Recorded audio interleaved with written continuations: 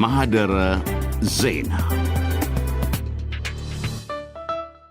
ብሪታንያዊ ጀነራል ሰር ሉዊስ ፔሊ በ1868 ዘመኑ በሙሉ እንደ ጎርጎሪያኑ አቆጣጠር ነው ወደ ፋርስ ባህረ ሰላጤ የቀዘፉት በሀገራቸው መርከቦች ላይ የሚደርሰውን ዘረፋና ጥቃት የአካባቢው ገዢዎች እንዲያስቆሙ ለማስጠንቀቅ ነበረ።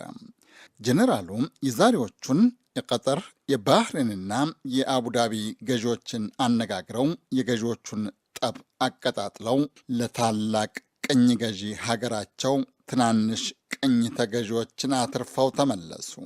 በ145ኛ ዓመቱ ዘንድሮ ወደ ሪያድ የተጓዙት የአሜሪካው ፕሬዝደንት ዶናልድ ትራምፕ ከጉዟቸው ዓላማ ዋነኛው ሪያድ የሰበሰቧቸውን የሙስሊም ሀገራት መሪዎችን በሙስሊሚቱ ኢራን ላይ ለማሳደም ነበረ። ትራምፕ ዋሽንግተን በደረሱ በሳምንቱ ባንድ ያደሙ አንድ የመሰሉት አረቦች ውጊያ ቀረሽ ጠብ ገጠሙ። ታሪካዊ የታቀደ እንበል ወይስ አጋጣሚ? ላፍታም አብረን እንጠይቅ።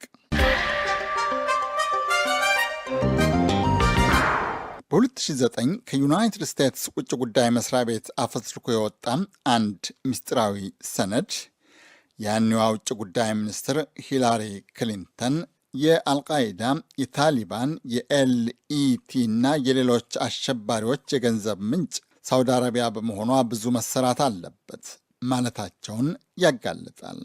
የወይዘሮ ሂላሪ የምርጫ ዘመቻም ሆነ የባለቤታቸው የቢል ክሊንተን ድርጅት ወይም ፋውንዴሽን ትልቅ የገንዘብ ምንጭ ያው ሳውዲ አረቢያዎች ናቸው።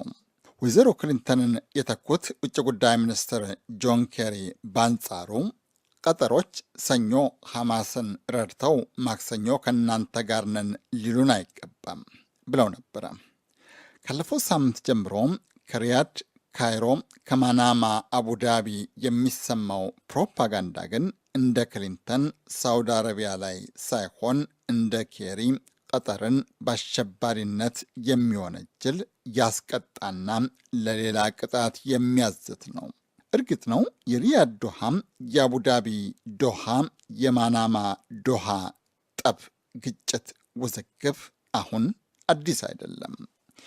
የምዕራቦችን በተለይም የዋሽንግተኖችን ፈገግታ ለማግኘት ህዝባቸውን እየረገጡ ነዳጅ ዘይት እየዛቁ ለምዕራቦች ዶላር ለመዘርገፍ ሲሽቀዳደሙ እርስ በርስ መላተም ከጀመሩበት ከ1970ዎቹ ወዲህ ግን የንግድ ጉዳይ አጥኚ አሊሰን ውድ እንደሚሉት የሰሞኑ ጠንካራው ነው። This is the first time this has happened, so it is an unprecedented situation in that regard. እንዲህ አይነት ነገር ሲከሰት ያሁኑ የመጀመሪያ ነው። የንግድ ተቋማት በአሁኑ ጠብ ምን ያህል እንደተጎዱ እያጤኑ ነው። በረራ ላይ ከፍተኛ ተጽዕኖ አሳድሯል። የመርከብ ጉዞም በተለይ የወደብ ስራና አገልግሎትም ተጓድሏል። ይህ ግልጽ ነው። ዶሃ በሚገኙና ከዶሃ ጋር የንግድ ግንኙነት ባላቸው በሌሎች የንግድ መስኮች ላይ ያደረሰውን ተጽዕኖ በቅርብ እየተከታተልን ነው። ጂሲሲ ወይም ሳውዲ አረቢያና ባህሬን የሚያደርጉትን እናያለን።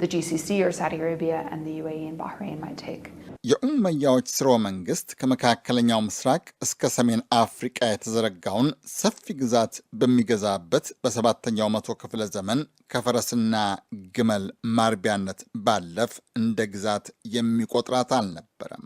የሙስሊሞቹ ኸሊፋት ማዕከላዊ አገዛዝ እየደከመ የየአካባቢው የጎሳ መሪዎች ስልጣን እየጠነከረ ሲመጣ ያቺ ትንሽ ልሳነ ምድር የአልማዝ ማውጫ መሸጫና የሸቀጥ መተላለፊያነቷ እየጎላ የአካባቢው ጠንካሮችን ቀልብም እየሳበች መጣች። ቀጠር በ1788 ዘውድ የደፉት የዛሬዋ ሳዑዲ አረቢያ ንጉሥ ሳዑድ ኢብን አብዱልአዚዝ ከኩዌት ለፈለሱት ኡታብ ለተሰኘው ነገድ ገዢዎች ወይም ለኸሊፋ ቤተሰቦች የቀጠርም የባህሬንም ገዢ መሆናቸውን ፈቀዱ። ከ30 ዓመታት በኋላ ግን የኦስማን ቱርኮችን ጠንካራ የገዥነት አጥር ሰብረው ለመግባት ሲያደቡ ሲሞክሩ ሲያሰሉ የነበሩት የብሪታንያ ቅኝ ገዢዎች የመጀመሪያውን ጠንካራ ሙከራ አደረጉ። በብሪታንያ መርከቦች ላይ አደጋ ተጥሏል በሚል ሰበብ የብሪታንያ ባህር ኃይል ዶሃን አወደማት። የኸሊፋ ቤተሰብም ቀጠር ላይ ተክሎት የነበረው አንድ እግሩ ተቆርጦ ማናማ ላይ ብቻ ቀረ። መሐመድ ቢን ሳኒ ቢን መሐመድ አሳሚር የእንግሊዝ ጦር የከመረውን ትቢያ አራክፈው የመጀመሪያውን የአሳኒ ስርወ መንግስት መሰረቱ። 1825 ነበረ። የብሪታንያ ቦምብ ሳዑዲ አረቢያ፣ ቀጠርና ባህሬንን 3 ሀገራት አደረገ። ይሁን እንጂ ከ1825 ጀምሮ የተፈራረቁት የስዑድ የኸሊፋም ሆኑ የሳኒ ስርወ መንግስታት ሲሻቸው እንደ ጥብቅ ወዳጅ እየተፈቃቀሩ ሲላቸው እንደ ጠላት እየተሻኮቱ ዘመን ከመቁጠር ባለፍ የህዝባቸውን ግንኙነት፣ ድንበራቸውን፣ የፖለቲካ መርሃቸውን በተመለከተ ለአንድነትም ለልዩነታቸውም ደርዝ አብጅተውለት አያውቁም። በመጀመሪያው የዓለም ጦርነት ተሸንፈው የገዥነቱን ስልጣን በብሪታንያዎች የተቀሙት ቱርኮችም ሆኑ ብሪታንያዎች ራሳቸው ጠቡ ሲከር ረገብ፣ ወዳጅነቱ ሲጠብቅ ላላ በማድረግ ያገዛዝ ስልት እስከ 1970ዎቹ መጀመሪያ ድረስ ዘለቁ። በ1971 ቀጠር ከብሪታንያ ቅኝ አገዛዝ ነፃ እንደወጣች የሀገርነት እውቅና ቀድማ የሰጠቻት ሳዑዲ አረቢያ ነበረች። የቀጠርና የሳዑዲ አረቢያ ድንበር ግን እስከ ዛሬ ድረስ በሕግ አልተከለለም። እነዚህ ሁለት ሀገራት አንዷ ትልቅ ሀገር ናት፣ አንዷ አነስ ትላለች። እንደ አጋጣሚ ሆኖ ሁለቱም በጣም የተሳሰሩ ንጉሳዊ ቤተሰቦችም ጭምር ዝምድና ያላቸው፣ ሁለቱም የዋሃቢ ተከታዮች፣ ሁለቱም የዚህ የዋሃቢን መሰረተ የሚባለው የመሐመድ አብዱልዋሃብ ዝር ያለን ባዮች ናቸው። የፖለቲካ ተንታኝ ዩሱፍ ያሲን ቀጠር ነፃ እንደወጣች ከባህሬን ጋር የገጠመችው የደሴቶች ይገባኛል ጠብ የተዘጋው በ2001 ዓለም አቀፍ ፍርድ ቤት ባሳለፈው ብይን ነበረ። በጣም ትንሽ ሀገር ናት። አንጡራ ዜጋዋ 400 ሺህ አይደርስም። የጋዝና የነዳጅ ሀብቷ ግን ከምትሸከመው በላይ ነው። ትንሽ ደካማነቷን በሀብቷ ጉልበት ለማካካስ ለአካባቢውም ለአውሮጳ አሜሪካ ሀያላንም ገንዘቧን ትረጫለች። ትንሽ ጎረቤታቸው በየአካባቢው በሚለኮሰው ጦርነትም፣ በየስፍራው በሚደረገው ድርድርም፣ በየዘመኑ በሚፈበረከው ቴክኖሎጂም፣ በየመስኩ በሚያከብር በሚያነስረው ንግድም አለሁ አለሁ ማለቷም በተለይ ለሪያድ ገዢዎች እንደ መቅበጥበጥ ነው የሚታየው። አሚር ኸሊፋ ቢን ሐማድ አሳኒ የሪያድ ገዢዎች ቁጣ ጠጠር ሲል ሩጫቸውን ገታም፣ ቁጣው ረገብ ሲል ፍጥነታቸውን ጨመር እያደረጉ መግዛቱ የተሳካላቸው መስሎ ነበረ። አባታቸውን ከስልጣን አስወግደው ዘውዱን የጫኑት ሐማድ ቢን ኸሊፋ አሳኒ ግን ለሪያዶች ተግሳጽ የሚመለሱ አይነት አልሆኑም። ሪያዶች በ1996 ሐማድን ከስልጣን አስወግደው አባታቸውን በ2005 ደግሞ ያጎታቸውን ልጅ ለማንገስ 2 የመፈንቅለ መንግስት ሙከራ አድርገው ነበረ። የአሁኑ አሚር አያት ተገልብጦ አዲሱ ስርዓት የመጣበት ሁኔታ አለ። ከዛ የአረቡ ስፕሪንግ የተባለው በየቦታው የተነሳው መነሳሳት ላይ የነበራቸው ሚናና ከሁሉ በላይ ግን የሳዑዲ አረቢያ ንጉሳዊ ቤተሰብ ወይም ኤሊቶች በእነዚህ በጋልፍ ተናናሽ ሀገሮች ላይ ያላቸው ሞግዚታዊ ይገባኛል ነው። አሚር ሐማድ በ2013 በፈቃዳቸው ስልጣን ሲለቁ ያነገሷቸው የልጃቸው ታሚም ቢን ሐማድ አሳኒ መርህም የአባቱ ልጅ የሚያሰኝ አይነት ሳይሆን አልቀረም። በ2014 ሳዑዲ አረቢያና ተከታዮቿ ያኔውን የ34 ዓመት ወጣት አሚር ለማስደንገጥ ከቀጠር ጋር ዲፕሎማሲያዊ ግንኙነታቸውን አቋርጠው ነበረ። የሳዑዲ አረቢያ፣ የባህሬንና የተባበሩት አረብ ኤሚሬቶች እርምጃውን የወሰዱት ቀጠር የተባበሩት አረብ ኤሚሬቶች ነገስታትን የሚቃወመውን የሙስሊም ወንድማማቾች ማህበርን ትደግፋለች በሚል ነበረ። በግብፅ ህዝብ ተመርጦ ስልጣን ይዞ የነበረው ሙስሊማዊ ወንድማማቾች በመፈንቅለ መንግስት ስልጣን ለያዙት ለግብፅ የጦር ጄኔራልም በውርስ ዙፋን ላይ ለተቀመጡት ለሪያድ ለማናማና ለአቡዳቢ ነገስታትም አሸባሪ ማህበር ነው።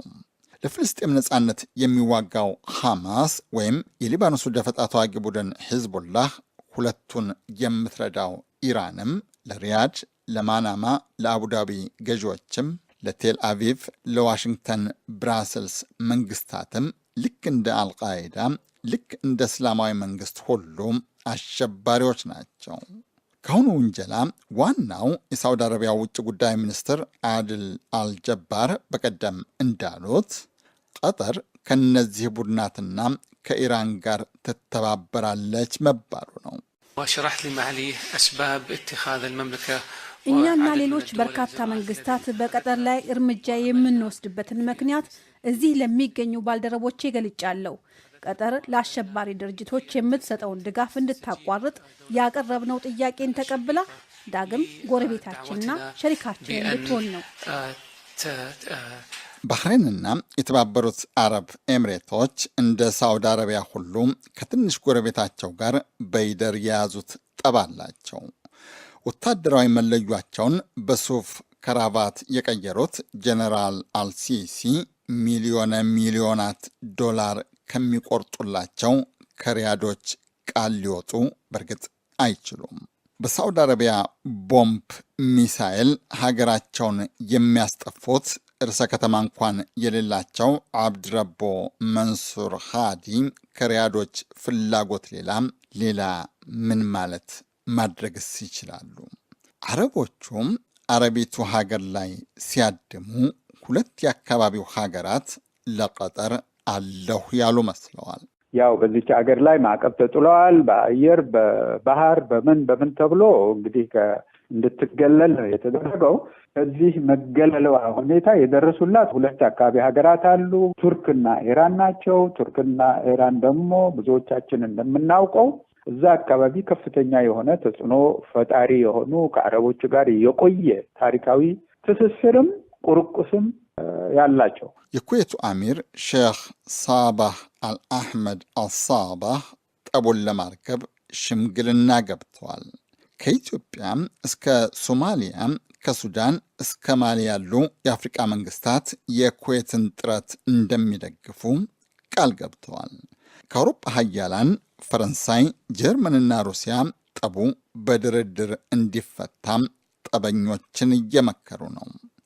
የጠበኞቹ ቱጃር ሀገራት እኩል ወዳጅ፣ እኩል አስታጣቂ፣ እኩል መሳሪያ ሻጭ፣ እኩል ደጋፊ ሀገር ዩናይትድ ስቴትስ ግን አቋሟ አቶ ዩሱፍ ያሲን እንደሚሉት ግራ ቀኝ የሚረግጥ አንዳንዴም የሚጣረስ ነው። ለመታዘብም ለመተንበይም አስቸጋሪ የሆነ ሁኔታ ነው አሜሪካ ውስጥ ያለው። የአሜሪካ የውጭ ጉዳይ ሚኒስትሩና የመከላከያ ሚኒስትር የሚያወጣውና የሚያወራውን ነገርና በዋይት ሀውስ ያለው የትራምፕ አስተዳደር የሚያወራው የተለያየ ነገር እየሆነ ስላስቸገረ ነው። እዛ መሄዱ ብቻ ሳይሆን ይሄ ሰውዬ በዛ በሚልካቸው ትዊቶች ይህንን አቁሙ፣ ለዚህ ለሽብርተኝነት የምትሰጡት ገንዘብ ስላቸው እሷ ናት ብሎ ወደ እሷ አመሩኝ፣ ወደ ቀጠር ተቆሙበት ነው ያለውና እናም ጠቡም የገረረው ትራምፕ የሪያድ ጉብኝታቸውን ባጠናቀቁ ሳምንት ነው። አጋጣሚ ነው እንበል ይሆን ወይስ ሌላ? ነጋሽ መሐመድ ነኝ።